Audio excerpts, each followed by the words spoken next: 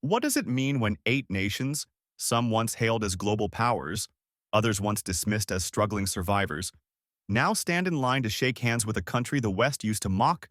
What does it truly say when foreign ambassadors arrive not to lecture or to dictate, but to listen, to respect, to learn?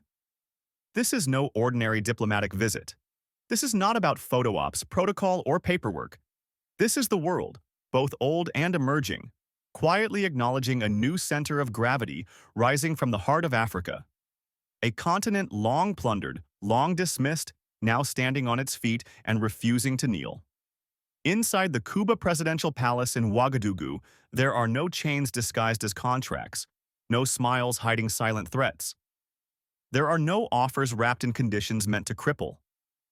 What rests on the table today are not debts, but decisions. Not handouts, but handshakes. Not orders, but respect. What was once a forgotten outpost in the Sahel is now becoming the beating heart of a new diplomatic awakening. A sovereign republic that no longer asks for permission to exist with dignity. This is more than diplomacy. This is a correction of history, a recalibration of power, a silent announcement to the world. Africa is not your experiment. Africa is not your project. Africa is your equal. And Burkina Faso, the land of the upright people, will never bow again. Before we talk about the handshakes, you need to understand the man who made them possible, Captain Ibrahim Traoré. Once dismissed as a rebel in army fatigues, a boy general too radical for his own people, too stubborn for foreign diplomats. But Traoré knew his people's story.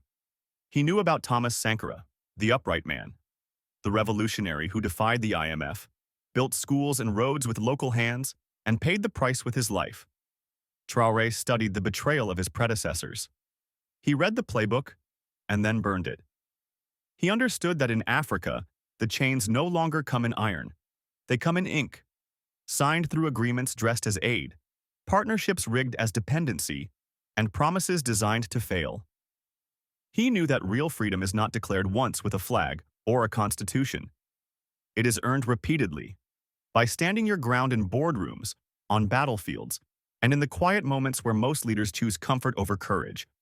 So in 2024, Traoré did the unthinkable, the kind of act that reshuffles history. He ordered French troops to leave, not politely but permanently. He shut down foreign military bases that had long operated like embassies of occupation. And he didn't go begging to the World Bank or IMF for forgiveness. Instead, he turned inward, to the wealth beneath his people's feet. Gold. And with it, he paid off nearly $5 billion in debt.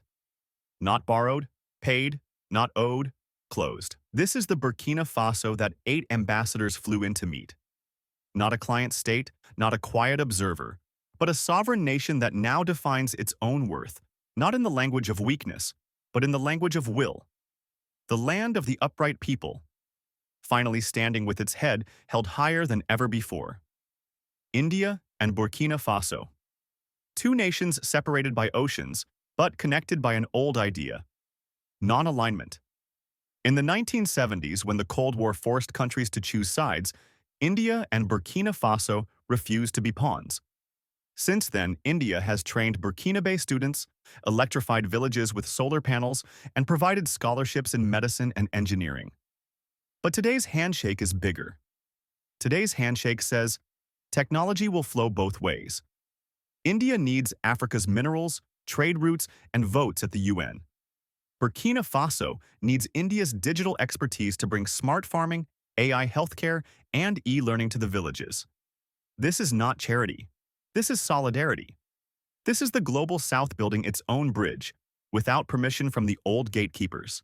Turkey arrived late in Africa's story, but it moves quickly. In 2012, it barely had an embassy in Ouagadougou. By 2014, Turkish contractors were paving roads, building mosques, training local engineers. When Western security missions failed to stop terrorism in the Sahel, Turkey offered drones, surveillance, and joint military training on local terms. Under Traoré, this handshake becomes a deal with teeth. Turkish weapons, yes, but Burkinabe commanders in charge. Roads and mosques, yes, but built with local labor and fair contracts. Burkina Faso refuses to be a launchpad for foreign troops. Instead, it will be a fortress run by its own sons and daughters, with partners who respect that sovereignty. In the 1980s, Sankara called Fidel Castro a brother. Cuban doctors arrived overnight, running clinics in villages forgotten by the West. Burkina-based students learned medicine in Havana. Then Sankara fell, the flame flickered, but it never died. Now Traoré relights it. Cuba's new ambassador brings promises of medical brigades, biotech research, vaccine development. This is a new frontier for African healthcare, built not by foreign corporations but by revolutionary partnerships. Two nations, one in the Caribbean, one in West Africa, both know that sovereignty is never handed out freely. It must be defended, generation after generation. Gabon and Burkina Faso share a quiet, defiant bond. Both once knelt before Paris, but not anymore. Gabon's military transition in 2023 shook the old Francophone power structure. Burkina Faso's revolution inspired it. This handshake promises intelligence sharing, joint border patrols, and a regional shield against foreign mercenaries and resource plunder. The message is simple. Francophone Africa is done taking orders from Paris. It will decide its own future, as a family. Equatorial Guinea is tiny in size but giant in oil wealth. With Traoré, Equatorial Guinea wants to build African-run refineries, cross-border pipelines, and infrastructure that keeps profits on the continent. But Traoré's strategy is different. Local self-defense units, village watch networks, and Pan-African peacekeeping. This handshake says, Africa will heal its wounds itself and keep the scars as reminders never to let outsiders profit from our pain again. Luxembourg is no superpower, but it represents Europe's final hope to stay relevant in Africa. It comes with soft aid, microfinance, development funds, new schools. Traoré does not reject this outright. But he is clear. No more gifts that come with hidden conditions. No more funding that turns into surveillance. This is the vision Burkina Faso sees for itself. Local women spinning cotton for global markets. Microloans building tractors and granaries, not debt traps. Bangladesh is living proof. Poverty is not destiny. It is an obstacle you crush when you refuse to be ruled by foreign lenders forever. 8 nations, 8 statements to the world. In Ouagadougou, the marble floors of the palace feel different now. Not the footsteps of foreign masters, but the boots of African soldiers guarding African dreams. Burkina Faso, once called a pawn, now stands as proof that when you refuse to kneel, the world has no choice but to respect you.